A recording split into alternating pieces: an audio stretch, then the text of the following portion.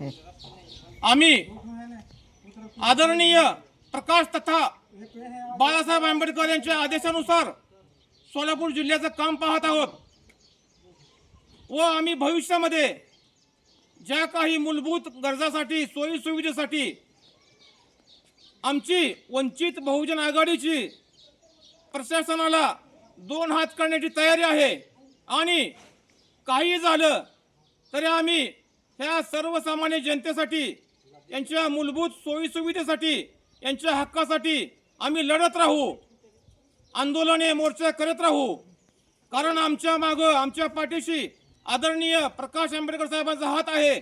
आम्ही कोणाच्याही बापाला घाबरणार नाही।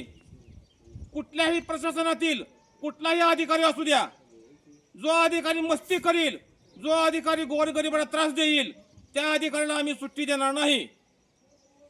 एवढं बोलतो आणि या व्हिडिओच्या माध्यमातून सांगतो, या सोलापूर जिल्ह्यामध्ये कुणीही गावगुंडांनी किंवा एखाद्या विभागाच्या अधिकाऱ्यांनी जर आपणास त्रास दिला किंवा आपला घरकुल, पाणी, गटार, जे काही पिण्याचे पाणी असू द्या, ज्या काही मूलभूत सोयी सुविधा आहेत, या जर आपल्या कोणी ग्रामपंचायत जर नाही पुरवल्या तर आमच्याशी संपर्क करावा।